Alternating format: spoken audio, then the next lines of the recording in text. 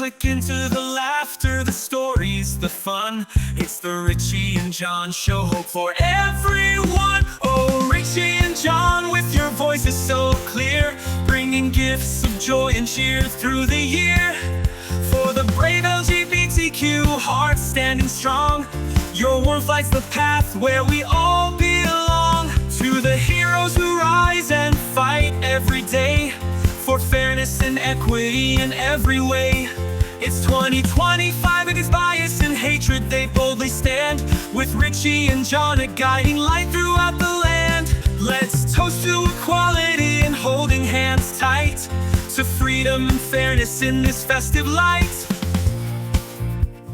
The Mutual Broadcasting System presents Richie and John, the podcast that connects you with the people, events, headlines, and lifestyle interests of the global LGBTQ+ community.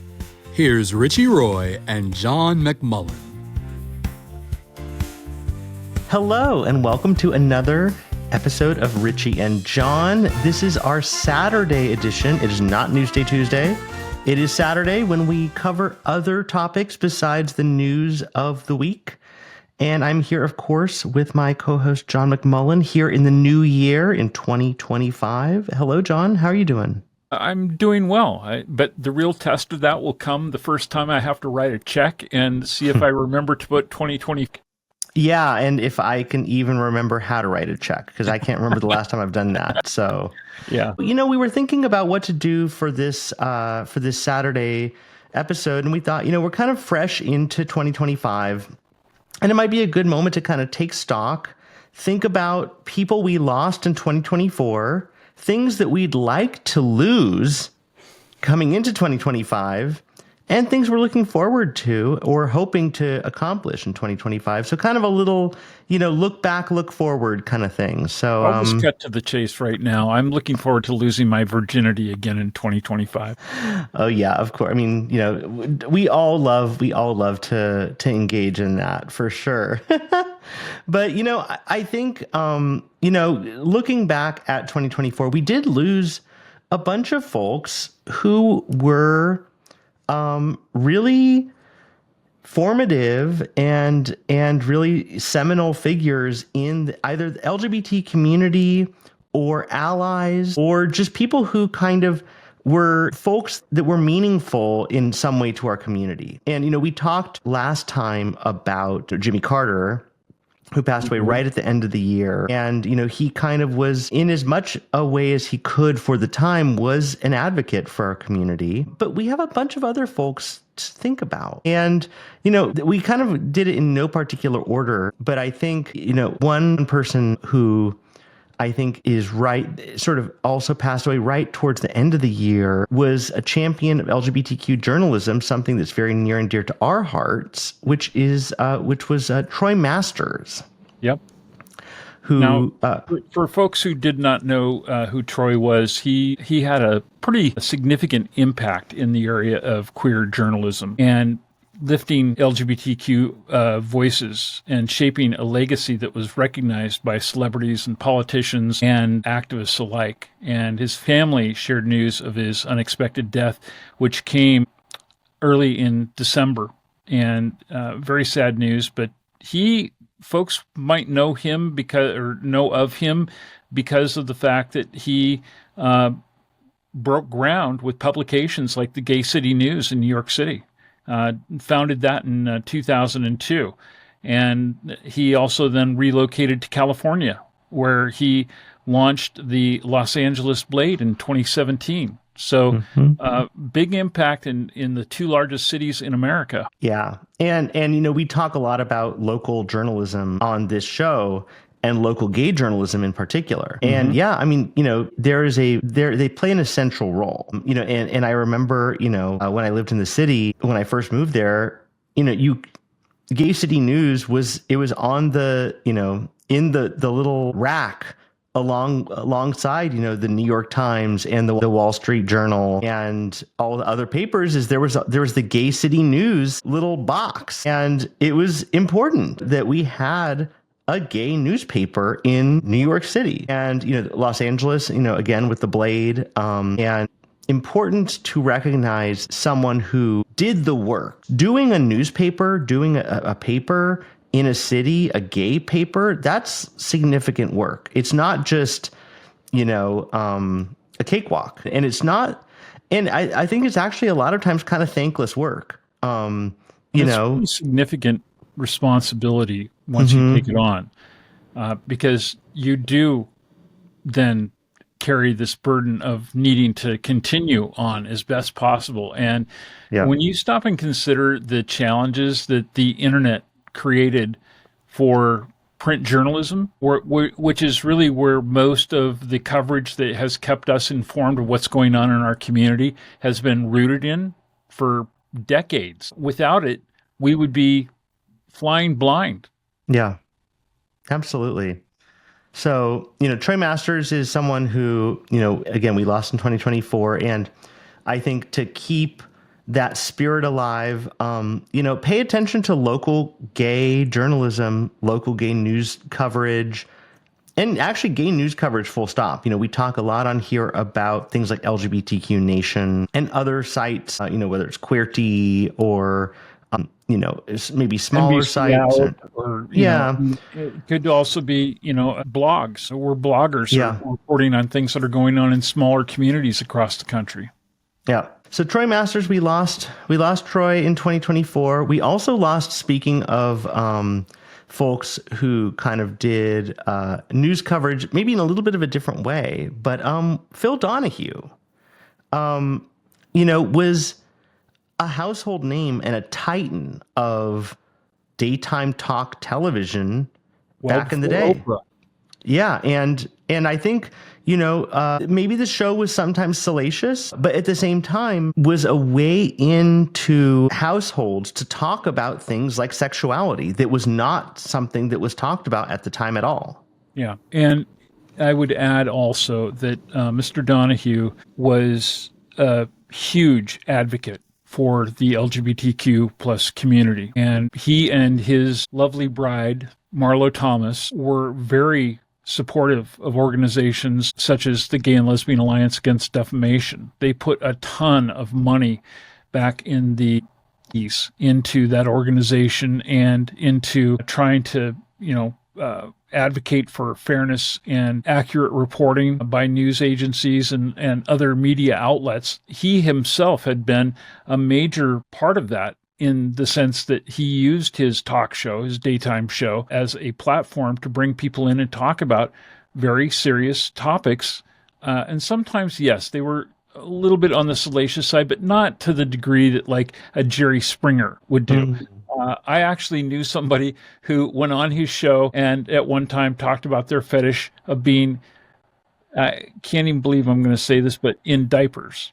And, so he wasn't afraid to touch things that were taboo-ish, but, but he was also a defender of LGBTQ people and of their contributions in our society and the fact that they're just like everyday, normal, next-door neighbor kind of people. And I really appreciated that. I had the distinct pleasure of meeting him for the first time back in, it was, I think, around 2005 that we met in New York City at one of the GLAAD Media Awards events there. And I actually did an interview with him for about 20 minutes in our pregame broadcast on KBC before we actually got into the awards ceremony that night. And we had a great conversation, and he talked about how important it was. Once again, and in fact, it kind of reminded me of the first speech that President Clinton gave to the HRC in Washington, D.C. at their first annual, national dinner when he was talking about how important it was for people to be out of the closet and to put a face on who was gay, lesbian, bi, trans, queer America. And, and to win people's hearts because they've always known you, even if they haven't always known that you were queer. Yeah. So, he was a really great guy. And a giant, too. I mean, I remember looking up at him and I was like, oh, my God, this guy is huge. Yeah, another kind of titan who it's interesting because I'm not sure if he ever was openly gay. I'm not sure if he was, but he definitely was to me, kind of the poster child of queer exuberance, and that was Richard Simmons. Oh my gosh, yes. Who passed away in 2024. He wasn't really openly, but I think when pushed to the edge a couple of times, it was kind of like, look, it's not a big deal. I actually had one encounter with him as well when I was in New York City and working for Sirius Satellite Radio, because we did a deal with him. And he actually had content on the service.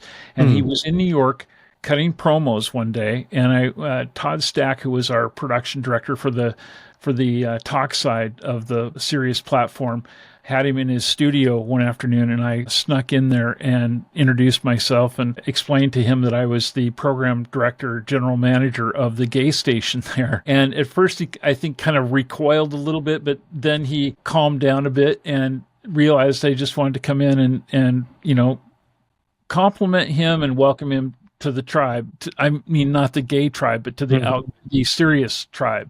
Yeah. And, he had a lot of things that, beset him, a lot of problems that, he faced right till the very end, clearly. And I feel bad about that, because I think he truly was a person who loved people and wanted to help people. And I don't think he ever did anything in the spirit of trying to avoid his orientation to hurt anybody. He didn't take that Tom Cruise approach of, acting like, if you were gay, you were the worst thing in the world. That was the worst thing anybody could call you. But he certainly was not the poster child for us.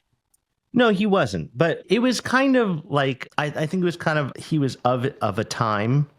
Because I think at the end of the day, he came across as extremely not the straight and narrow heterosexual American male of the time period. I mean, he wore those candy stripe short shorts and the little tank top. And I think, like you said, his main goal, which, it's also kind of, I think it's admirable in a way at the time, he wanted to help people get fit. And I can imagine perhaps in his mind, he thought the people who he was appealing to were mainly women in the heartland of America who needed to move and do some aerobics.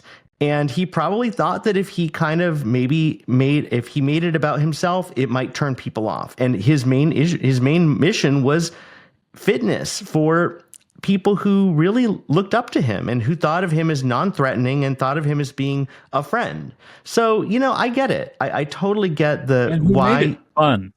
And he made it fun and sweating to the oldies. I mean, so, whether or not he was a gay icon, I think he is still a legend and someone who I think, again, broke through with some queerness into a very bleak and bland America at that time. I felt sorry that he really had disappeared from, pretty much from the scene altogether for the last several years of his life. And, it just, the isolation that I think he was somewhat forced into, it sucks because he was really a kind, gentle person. Yep. We have a few more, and then we'll get to 2025 and some other thoughts. But it was a momentous year. I mean, we had another huge legend in broadcasting, and sort of, again, not a queer person, but I think someone who paved a way for discussions of sexuality generally, which was Dr. Ruth. The same person who put her on the radio in New York doing Sunday nights on an FM radio station there that became enormously popular and certainly gave her nationwide fame, was the same person who brought me to New York City at Sirius, a guy named Walter Sabo. And Walter was the guy he discovered her. He also discovered Sally Jesse Raphael. Wow. And a few other interesting people. Like, I don't know, because you were in New York City, if you ever knew who Lynn Samuels was, but she was a radio host in New York who had New York going through her bloodstream through and through. And I loved working with her at Sirius when she came there, because Lynn, who was also very much a liberal advocate for a lot of things, the way that he discovered her, she was actually basically, it was kind of like, it reminds me of your story, Richie, because when I met you, you were really hosting a lot of spaces with just friends on Twitter. And Lynn was managing Laundromat downtown in New York. Oh, wow. And basically, it was a talk show every day. Yeah. Mm-hmm. She had one of those great stories. Sadly, they went to her. She was doing her show out of her home at the time that she passed, and they went to her at the appropriate time, and nobody spoke down the line. And they called for a welfare check, and they went and checked, and she had passed that morning. Mm-hmm. So sad, but, but like Dr. Ruth, Walter, I was interested to see what he would say, and he told some really great stories about Dr. Ruth, and she was just an amazing person, because she was, this little pipsqueak at about 3'2". Mm-hmm. She wasn't really that small, but more or less. Her stature was small, but her personality and her love for people was enormous, and it is definitely a tragic loss for people who enjoyed her personality and all of the advice that she gave over the many years, and did so simply wanting people to enjoy their sexuality. Yeah. Yeah. And sort of turning a little bit to some sort of different walks of life. I believe that, there were we have a couple people, and then we also have a surprise final in memoriam that we're going to hold to the end. I'm very excited about that one. But we have A. Billy S. Jones Hennon. Yep. And a lot of people might not be familiar with who Mr. Jones Hennon was, but he actually was a giant in LGBTQ rights in this country. And he passed away. He was born back in 1942. He passed away just couple of weeks into the new year in 2024, and was living in Mexico at the time, but he grew up in Virginia and eventually was in Washington, D.C. and Baltimore. And he really played a significant role in terms of leading the way on being openly queer and an African-American man. And he was very vociferous and active in his activism led to starting the Washington, D.C. and Baltimore Coalition of Black Gays, which is a pioneering force advocating for a space where our gayness and our blackness, quote unquote, could coexist proudly. And so if you happen to be an African American, you probably owe and you're gay or bi or trans, you probably owe a great debt of gratitude to his groundbreaking work as an activist in our country. Yeah. And we have a couple more people who are sort of on the activist side. One is Gavin Creel, who was a Broadway star who came out publicly in 2009 in an interview with The Advocate, and was instrumental in co-founding Broadway Impact, which was an organization that advocated for marriage equality in the New York theater community. He also appeared in an HRC video in support of marriage equality legislation in 2011, and was just generally kind of, a very sort of out and proud member of the Broadway community. He actually dated Jonathan Groff, and Jonathan Groff has credited him as being the person that gave him the courage to come out. So, and very beloved figure in Broadway. And he passed away quite young in 2024. So, another person sort of who is an activist and also just kind of a beloved figure. We also had someone who we talked about earlier in the year, Cecilia Gentili, who's a transgender activist, an actress, healthcare advocate, journalist. The thing that there are people who you don't necessarily know who they are, and then you find out who they are, and the amount of stuff that they have done is just incredible. Yeah. And Cecilia Gentili is one of these people who just, sadly for many of us who just, aren't focused on certain things, you don't know who some people are until it's too late. And then you find out, after they pass away, that they're just icons and just bedrock members of communities and doing tons of groundbreaking work, constant work for their communities.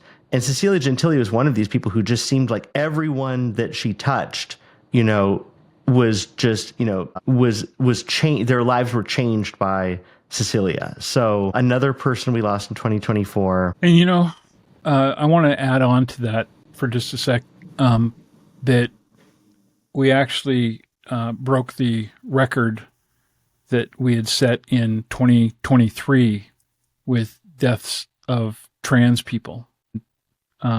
Unfortunately, 2024, we lost 350 people to, other than natural causes that happen to be transgender. Yeah. And that's just not acceptable. That's, basically it's one a day. Yeah. And that's one too many a day. I mean, it's one thing to live a full life and to lose it that way, but to lose it because you're this identity is just, it's sickening. And that's absolutely the worst form of LGB without the T. Absolutely. Yeah. And it is something, for us to, going into 2025 to redouble our efforts to be in solidarity with our trans friends and trans members of our community, because it's not going to be easier under this administration. We're going to see a lot more people under strain and stress, dealing with legislation that makes their lives harder.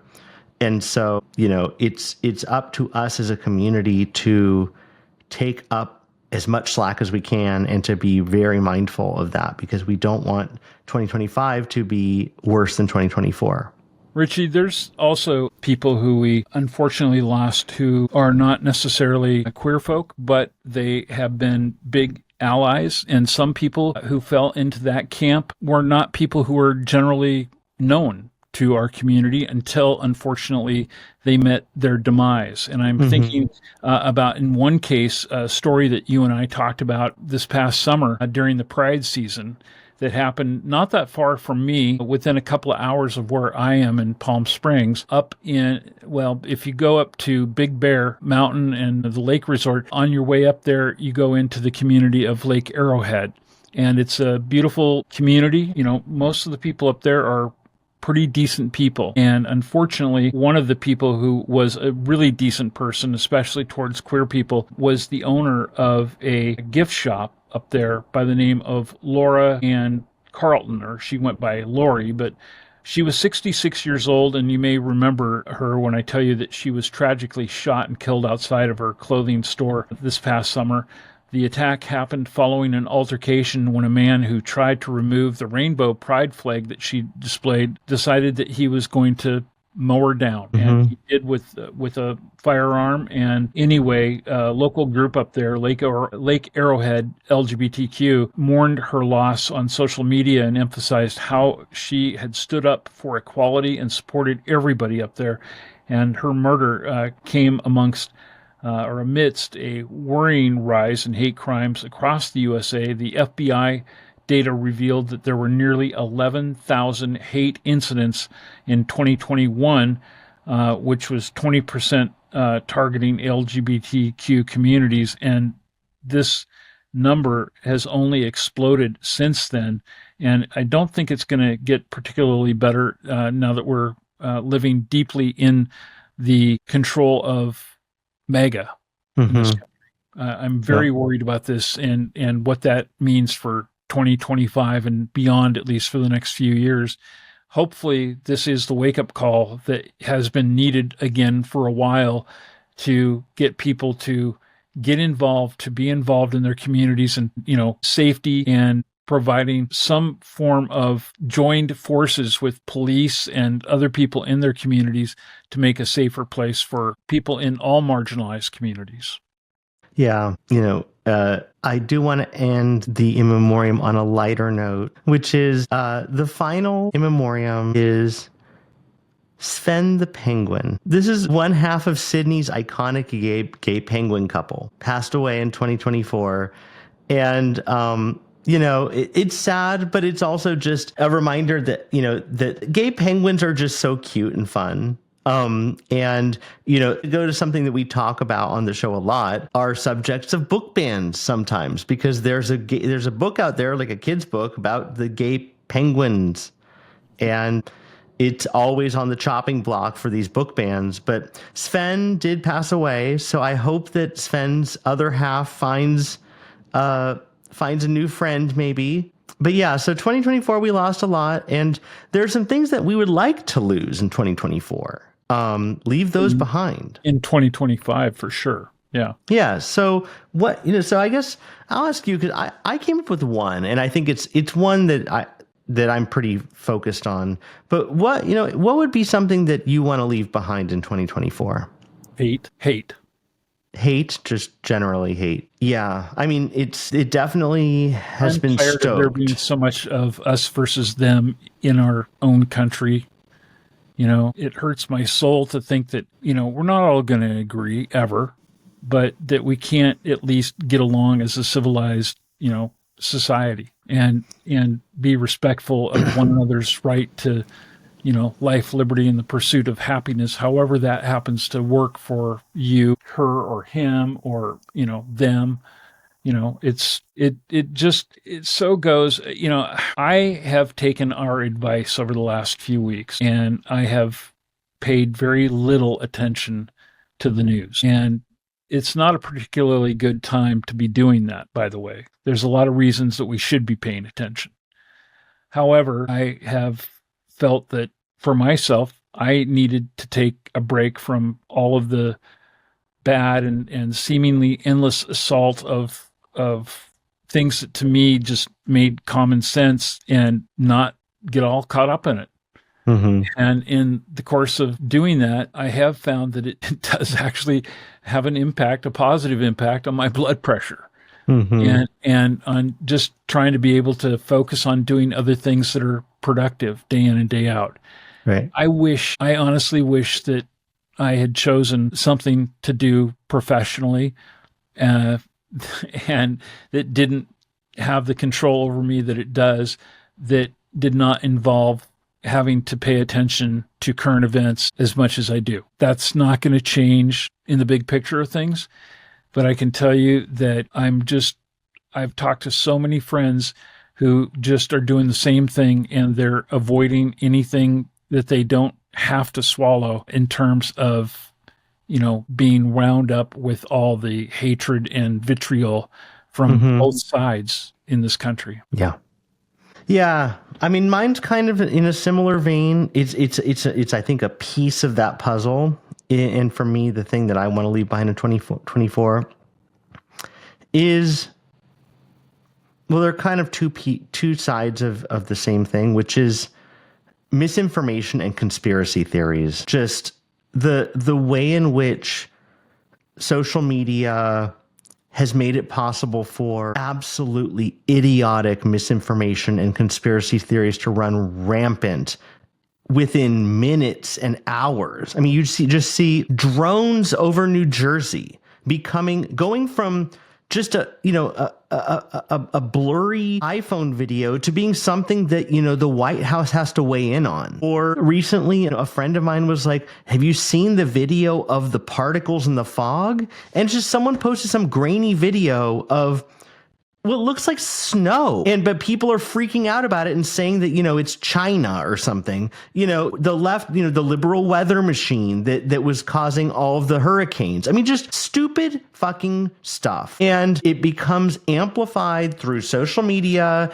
and then it gets picked up by stupid stories on CNN or whatever, and becomes the talk of the moment.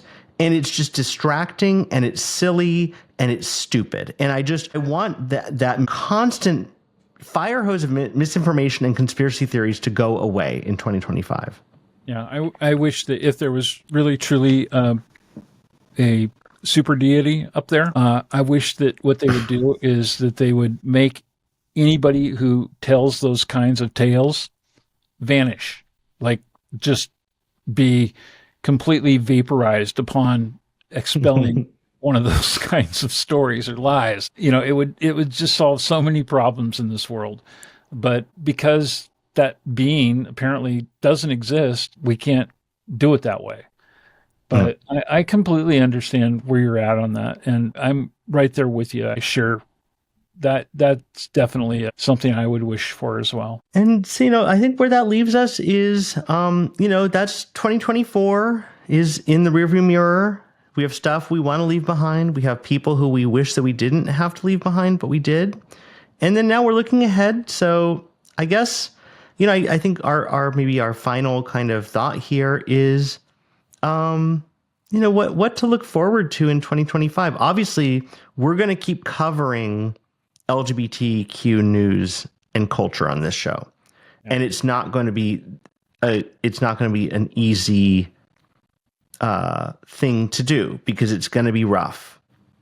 There's still time to have resolutions. There's still things that we can want to accomplish in 2025. And so I guess, what's a resolution? What's a goal for you? What's a thought that you want to happen in 2025? Well, I'd like to get back on my weight loss kick. I kind of fell off the wagon the last couple of months, but that's like so typical every year. But that was my big accomplishment this year, was I lost 80 pounds. And this past year. And I picked up maybe 10 of it again, but I still have a little ways to go. So I'm going to focus on things that help me do those things that make me feel better, just in general, because, when you can improve your situation with regards to your own self-awareness and self-respect and have self-confidence, I think a lot of other things kind of tend to fall in place for you. And so those are things that I can control. What I can't control is that the calendar keeps ticking away and the hair keeps getting grayer and the body keeps feeling creakier and creakier. But I just want to be able to do my best to be there and we've made a lot of new friends over the last couple of years since we've known each other. And I want to be able to do my best to be there as somebody who can use the years of experience and knowing what we have seen happen in amazingly, even though a lot of other people think, oh my God, it's taken forever, amazingly short periods of time to really change the course of history. And I believe that we will get back on track again in that way.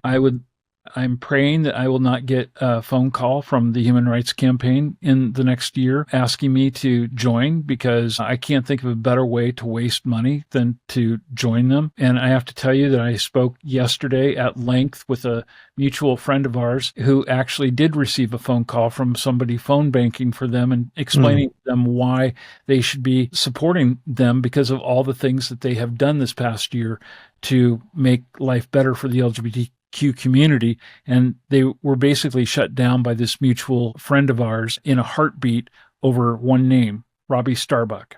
And so I think that we can feel victories in stopping things dead in their tracks, and that there are people out there who are interested in doing the right thing. And as much as we talked about this on Tuesday's show, as much as it has stung us to have companies like Toyota and AT&T and others who have caved in to anti-LGBTQ efforts by various special interest groups, we had a victory, especially with what happened with Costco. And I think if we do everything that we can to draw upon the positives that came out of that, and to let people who we do business with know that this is the kind of thing that we can support and do so wholehearted, and that we are going to redouble our efforts to help make those businesses who do those kinds of things successful, and organizations that do their work, help them to succeed more. This guy who was the phone banker for the HRC, apparently they were given a script to go by. If you get this answer from the person, then use this line. Well, that didn't work so well because somebody was educated. And you and I have the opportunity to help keep people aware and informed. And I was in a forum the other day on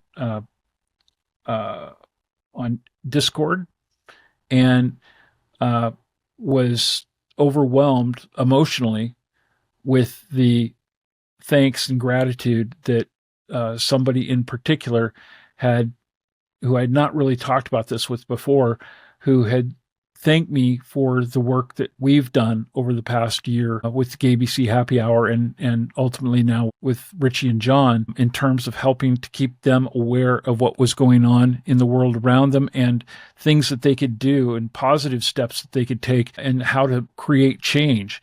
And along that line, I'm really looking forward. In a couple of weeks, I am going to be going to Las Vegas. And myself and our friend James Appadale, who is one of our correspondents and talks with us a lot about LGBTQ people in the military, we're going to be attending the Creating Change Conference put on by the National LGBTQ Task Force. And that is a big activist event that happens each year. And while it covers all the LGBTQ corners, it also covers a lot of other communities and concerns for people who have been marginalized. And we're going to be there. We're going to be with the people who are going to be on the front lines fighting for your welfare over the next couple of years until we get to the midterms again. And I'm really looking forward to bringing their stories and their enthusiasm back to this program from that event, and also lining up many of them to be ongoing guests throughout the year to talk with us about the things that you can do, that you do have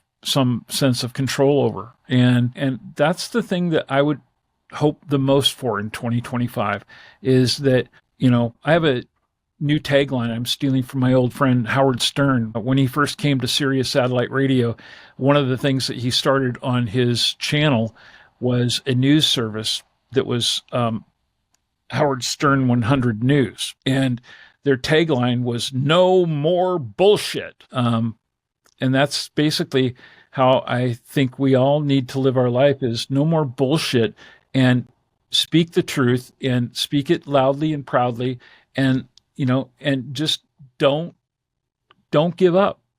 Don't give up. Stay positive and stay focused on the goal, which is for us to be able to create the better world that we want to live in. And so to the degree that we can do that and stick to our guns this year, I think that's my number one goal for the year. Stick to our guns and help people out.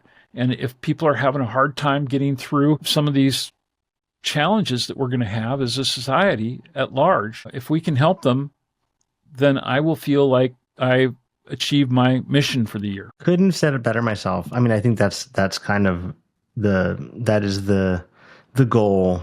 I think that is the goal for this year. So I think with that, we do have another goal, another little goal for the year, which is we would love to hear from you in this year, in this 2025, because we have a bunch of ways for you to get in touch with us. On that note, I am sick and tired of getting Russian spam bots in my message mail from our website. So please, if you're not a Russian bot, please feel free to comment on anything that we've talked about and suggest things that you feel we have neglected to talk about or that we should be talking about more, because we're not doing this for our health. We're doing this to try and help our community as a whole, and you're part of that. Absolutely. So the best place to reach us is richieandjohn.com. It's our website. You can find the show there. You can find links. You can find a way to reach us through like a form that you fill out on there. Our phone number's on there. It's all there. richieandjohn.com. If you want to give us a call directly, the number is 878-768-8825. Would love to hear from you. Let us know what you want to hear from us in 2025.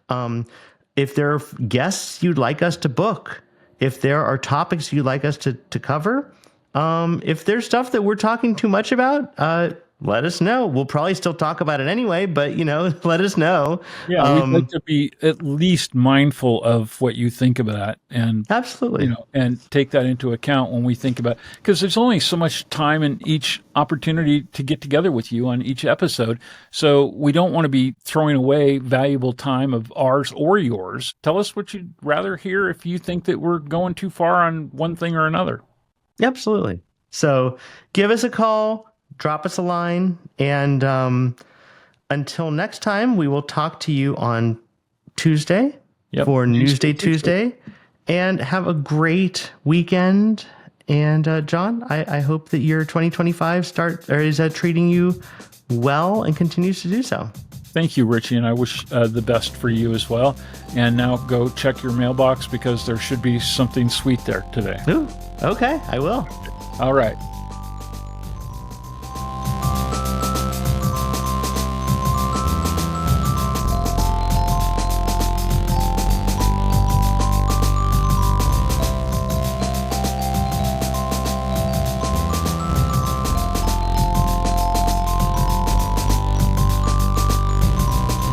Thank you for joining us on Richie and John. This podcast is a production of the Mutual Broadcasting System and is available at richieandjohn.com, as well as most major podcast portals, including Apple Podcasts, Amazon Music, and Spotify.